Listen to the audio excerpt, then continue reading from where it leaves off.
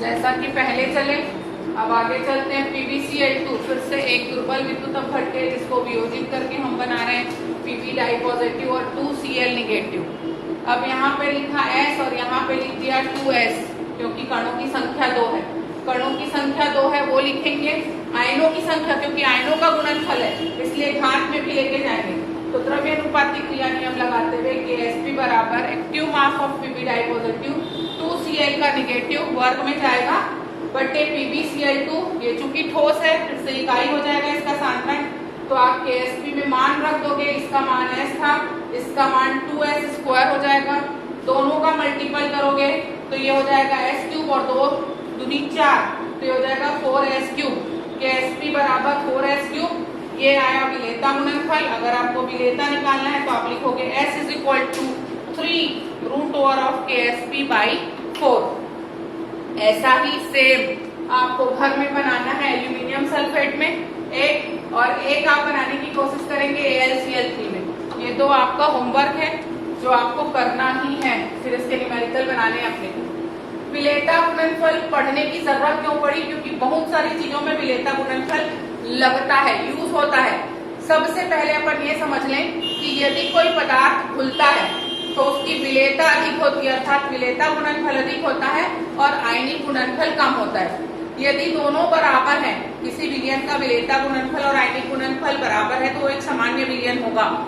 यदि किसी विलयन का विलेयता गुणनफल अधिक और आयनिक गुणनफल कम है तो वो विलेयित विलयन होगा। लेकिन यदि किसी विलयन का आयनिक गुणनफल अधिक और विलेयता गुणनफल कम हो जाए तो वो अवक्षेपित विलयन कहलाता है। उसी अवक्षेपण के आधार पर विलेयता गुणनफल के कुछ अनुप्रयोग हैं, जिसमें सबसे पहले हम बात करते हैं नमक के शोधन की।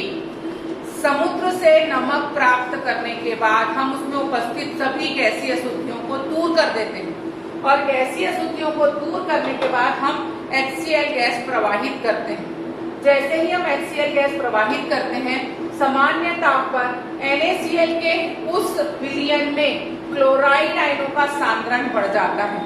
क्लोराइड आयनों का सांद्रण बढ़ते ही उस विलयन का आयनिक गुणनफल अधिक और विलेयता गुणनफल कम हो जाता है। NaCl का विलेयता गुणनफल कम हो जाता है और आयनिक गुणनफल अधिक हो जाता है, और यह नमक जो NaCl के रूप में है वो अवक्षेपित हो जाता है।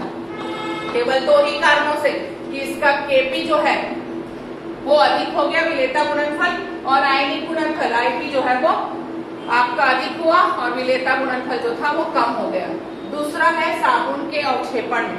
हम जानते हैं कि उच्चतर वसा अम्लों के लवण जो है वो साबुन कहलाते हैं। जैसे C15H35COOH की जब NaOH से आपने क्रिया कराई तो बना C15H35COONA, यही आपका साबुन है और जल निकल गया। इस साबुन के विलयन को जब हमने खोला तो साबुन टूटा C15H35CO निगेटिव और Na पॉजिटिव में, वो अपने धन भाग और ऋण भाग में टूट गया।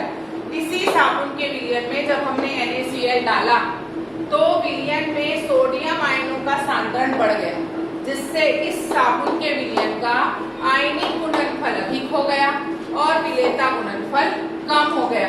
और जो आपका साबुन था Ki यानी आयनिक गुणनफल, Ksp यानी विलेयता गुणनफल, और जो साबुन का विलयन था उसमें साबुन आपका अवक्षेपित हो गया सिर्फ आयनिक गुणनफल बढ़ने के कारण।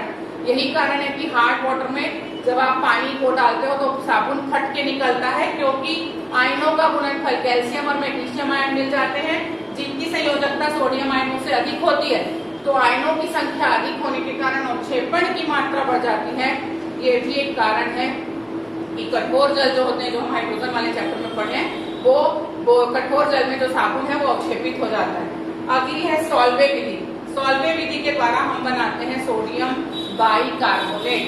लेकिन केवल सोडियम बाइकार्बोनेट नहीं बनता, उस विधि में हमको 4 चीजें मिलती हैं। एक मिलता है सोडियम कार्बोनेट, एक मिलता है अमोनियम हाइड्रोक्साइड, एक मिलेगा अमोनियम क्लोराइड और एक मिलेगा सोडियम क्लोराइड।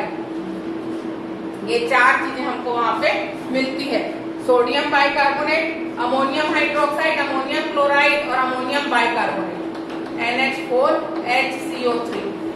इन चारों में से 1, 2 और 3 इन तीनों का क्या रहता है, विलेयता गुणनफल अधिक रहता है, इसलिए बनाने की क्रिया में ये जो है मदर विलयन के रूप में विलयित होकर उस विलयन से बाहर आ जाते हैं और केवल NaHCO3 का आयनिक गुणनफल अधिक हो जाता है और विलेयता गुणनफल कम हो जाता है, तो ये अवक्षेपित हो जाता है, शेष अवक्षेपित नहीं होते, विलयन में चले जाते हैं।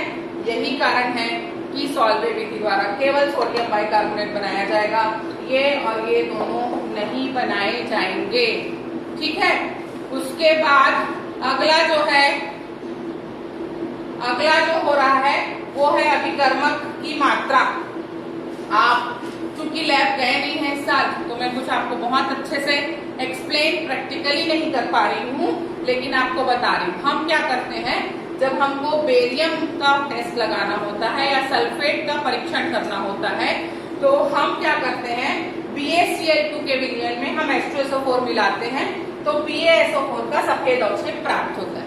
ठीक है, BaCl2 के विलयन में जैसे ही H2SO4 मिलाया जाएगा, BaSO4 का सफेद अवक्षेप प्राप्त होगा और HCl बाहर निकल जाएगा।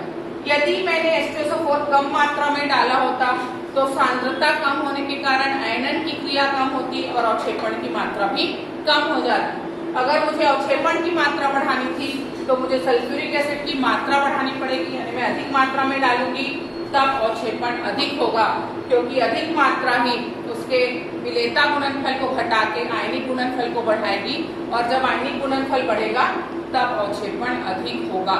ये चैप्टर आज खत्म होता है, इसके न्यूमेरिकल्स आपको बताए जाएंगे, उसके बाद हम अगला चैप्टर